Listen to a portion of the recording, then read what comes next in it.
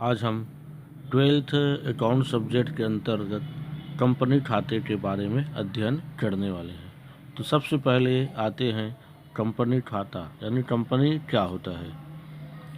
Company से आशय व्यक्तियों का एक ऐसा समूह, एक ऐसा संघ एवं वैधानिक संघ से है जिसका निर्माण किसी अधिनियम के अंतर्गत लाभदायक व्यवसाय के संचालन हेतु किया जाता है। यह वैधानिक दृष्टि से कृत्रिम व्यक्ति है जिसका अपना पृथक नाम एवं अपने सदस्यों से पृथक अस्तित्व रहता है। कंपनी की सार्वमुद्रा होती है और दूसरी पूंजी छोटी छोटी अंशों में विभक्त होती है। आधुनिक वाणिज्य एवं व्यवसायों की बढ़ती हुई आवश्यकताओं एवं उद्देश्यों को पूरा करने में व्यावसायिक संगठन के परंपरागत स्वरूप एकाकी व्यापार तथा साझेदारी सफल नहीं रहे। पूंजी की सीमितता, व्यावसायिक दायित्वों की सीमितता, कार्यक्षेत्र की सीमितता आदि इन परंपरागत व्यावसायिक स्वरूपों की प्रमुख कठिनाइयाँ रही। इन्हीं कमियों को दूर करते हुए आधुनिक व्यावसायिक व्यवहारों के विस्तृत स्वरूप का लाभ उठाने के लिए कंपनी का निर्माण तथा विस्तार हुआ। कंपनी का आशय जान लेने के बाद अब हम आते हैं कंपनी की परिभाषा की ओर। कंपनी अधिनियम 2013 की धारा 2 के 20 के अनुसार अपनी कंपनी उसे कहते हैं जिसका समावेलन इस अधिनियम अथवा इसके पूर्व के किसी कंपनी अधिनियम के अधीन हुआ हो। प्रोफेसर हैने के अनुसार कंपनी राज्य नियम द्वारा निर्मित कृत्रिम व्यक्ति है जिसका पृथक अस्तित्व, निरंतर उत्तराधिकार एवं सर्वमान्य सार्वमुद्रा होती है। लॉर्ड लिंडले के अनुसार कंपनी से आशय बहुत से व्यक्तियों का एक संघ से है जिसमें से एक संयुक्त पूंजी में द्रव्य अथवा द्रव्य के बराबर कोई संपत्ति देते हैं और इसका उपयोग किसी सामान्य उद्देश्य के लिए करते हैं। उपर्युक्त परिभाषाओं के आधार पर यह निष्कर्ष निकलता है कि कंपनी एक कृत्रिम व्यक्ति है जिसका समावेलन कंपनी अधिनियम के द्वारा किसी विशेष उद्देश्य से होता है, जिसका दायित्व साधारणतः सीमित तथा अस्तित्व सदस्यों से पृथक होता है, जिसकी पूंजी हस्तांतरणीय अंशों में विभाजित होती है, जिसका एक विशिष्ट दायित्व तथा जिसकी अपनी सार्वमुद्रा होती है। इस तरह से कंपनी की परिभाषा जान लेने के बाद अब हम आते हैं कंपनी की विशेषताओं की ओर। पहला पॉइंट है समावेलित संघ। एक कंपनी का समावेलन या पंजीयन कंपनी अधिनियम के अंतर्गत होना आवश्यक है। निजी कंपनी की दशा में न्यूनतम सदस्य संख्या 2 तथा अधिकतम सदस्य संख्या 50 होगी, जिसमें संस्था के कर्मचारी सदस्यों को शामिल नहीं किया जाएगा, तथा सार्वजनिक कंपनी की दशा में न्यूनतम सदस्य संख्या 7 होगा, किंतु अधिकतम सदस्य संख्या का उल्लेख नहीं है। यदि कंपनी अधिनियम के अंतर्गत ऐसी संस्थाओं का समावेलन नहीं किया जाता है तो इनका वैधानिक अस्तित्व निश्चित नहीं होता। दूसरा है कृत्रिम व्यक्ति। किसी कंपनी का निर्माण वैधानिक आधार पर होता है तथा इस दशा में वैधानिक अस्तित्व के आधार पर कंपनी के अधिकारों एवं दायित्वों को स्पष्ट रूप से परिभाषित किया जाता है। इस प्रकार कंपनी कृत्रिम व्यक्ति होता है। तीसरा है पृथक वैधानिक अस्तित्व। एक कंपनी का अस्तित्व उसके सदस्यों से पृथक होता है। कंपनी द्वारा किए गए कार्यों के लिए किसी भी सदस्य को उत्तरदायी नहीं ठहराया जा सकता तथा कंपनी के प्रति इसके सदस्यों के दायित्व की सीमा पूर्व निर्धारित होती है। चौथा सीमित दायित्व। एक कंपनी अंशों द्वारा सीमित कंपनी या गारंटी द्वारा सीमित कंपनी हो सकती है। अंशों द्वारा सीमित कंपनी की दशा में सदस्यों के दायित्व अंशों की अचूकता मूल्य के बराबर होता है तथा गारंटी द्वारा सीमित कंपनी की दशा में सदस्यों का दायित्व गारंटी की राशि तक सीमित होती है। 5वां, सतत उत्तराधिकार एवं सार्वमुद्रा।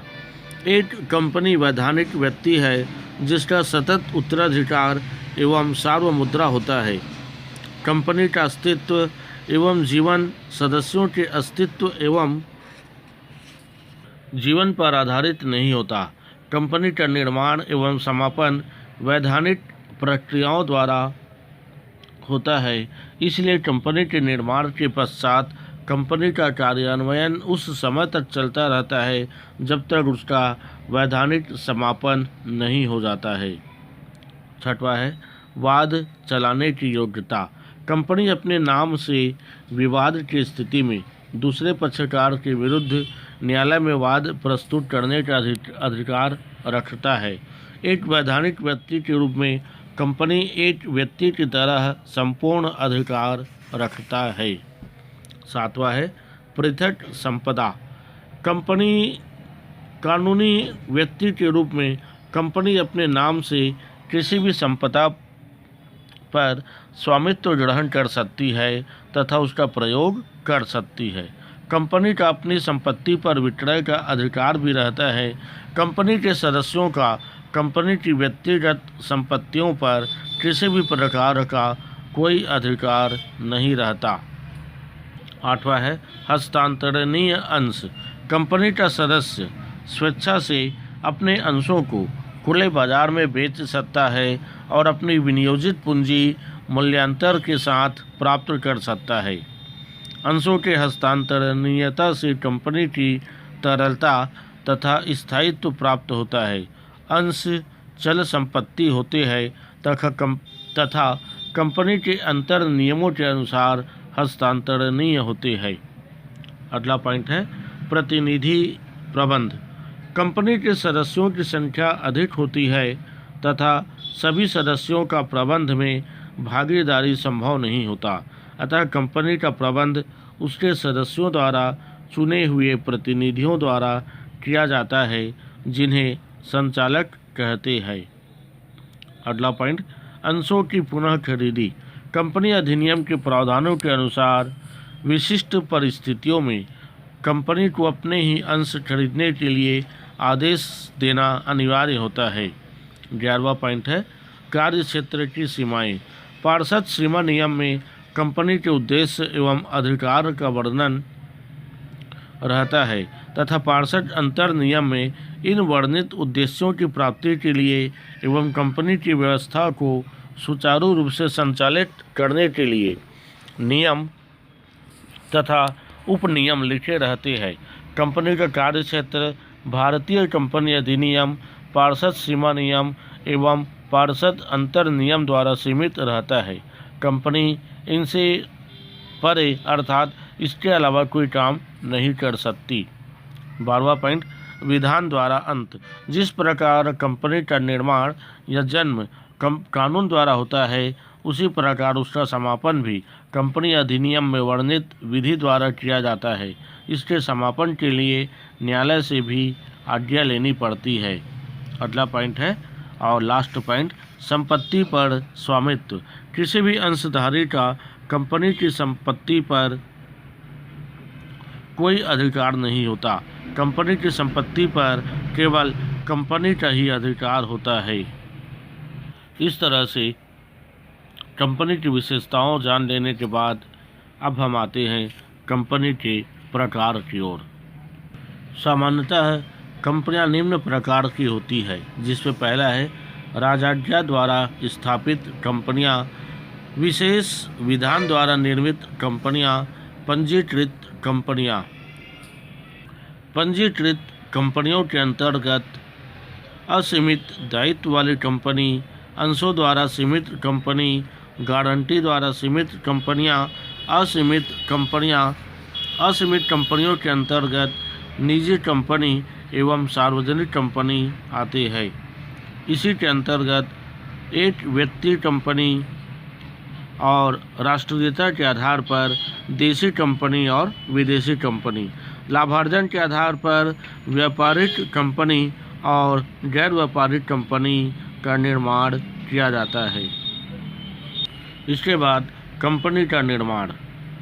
कंपनी के निर्माण की मुख्यतः 3 अवस्थाएं होती है, जिनमें है पहला प्रवर्तकों द्वारा आवश्यक प्रलेख फाइल करना, दूसरा शुल्क का भुगतान करना और तीसरा है व्यवसाय प्रारंभ करना। इसके बाद कंपनी के प्रमुख प्रलेख, इसमें है पार्षद सीमा नियम। पार्षद सीमा नियम कंपनी का सबसे महत्वपूर्ण प्रलेख माना जाता है। यह कंपनी अधिनियम के अंतर्गत स्थापित कंपनी की शक्तियों की सीमाओं की व्याख्या करता है। यह कंपनी के सदस्यों के उत्तरदायित्व को ठीक ठीक परिभाषित करता है। इस प्रकार इसमें कंपनी के कार्य क्षेत्र का दिग्दर्शन होता है। कंपनी केवल उन्हीं कार्यों को कर सकती है जो इसमें दिए रहते हैं। इस प्रकार यह प्रलेख कंपनी तथा बाहरी लोगों के संबंध को निश्चित करता है। इसका मुख्य उद्देश्य अंशधारियों, ऋणदाताओं एवं लेनदारों तथा अन्य व्यक्तियों को जो उससे संपर्क स्थापित करना चाहते हैं, कंपनी के अधिकारों एवं कार्यक्षेत्र का ज्ञान कराता है। इसे कंपनी का उद्देश्य पत्र भी कहा जाता है। इसके बाद पार्षद अंतर नियम। पार्षद अंतर नियम में कंपनी के आंतरिक प्रबंध की व्यवस्था से संबंधित नियम होते हैं। इस प्रपत्र के आधार पर कंपनी के कर्मचारियों के कर्तव्य तथा अधिकार निश्चित किए जाते हैं। अंश के निर्गमन, उनके हस्तांतरण आदि के संबंध में भी इस प्रपत्र में नियम दिए जाते हैं।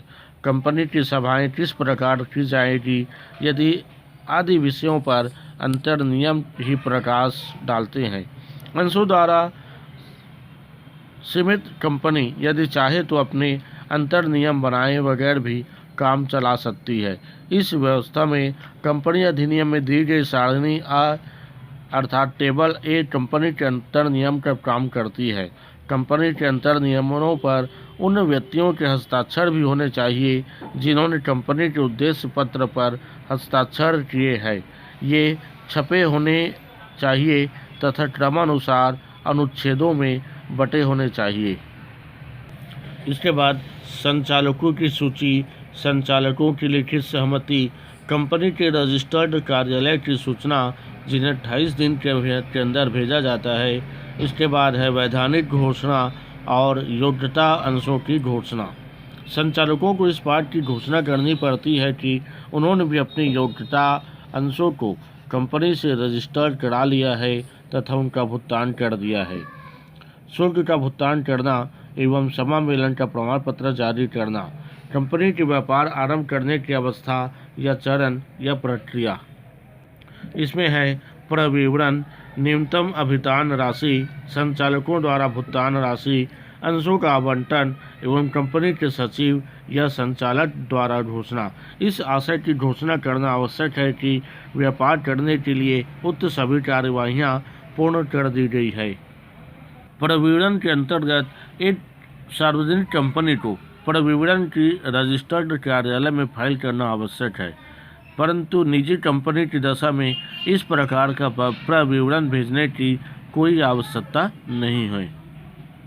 प्रविवरण से तात्पर्य किसी ऐसे प्रलेख या दस्तावेज से है जिसे प्रविवरण के रूप में वर्णित या निर्गमित किया जाता है। अर्थात प्रविवरण का आशय उस प्रविवरण से है जिसमें प्रतिभूतियों की मात्रा या कीमत का पूर्ण विवरण नहीं रहता।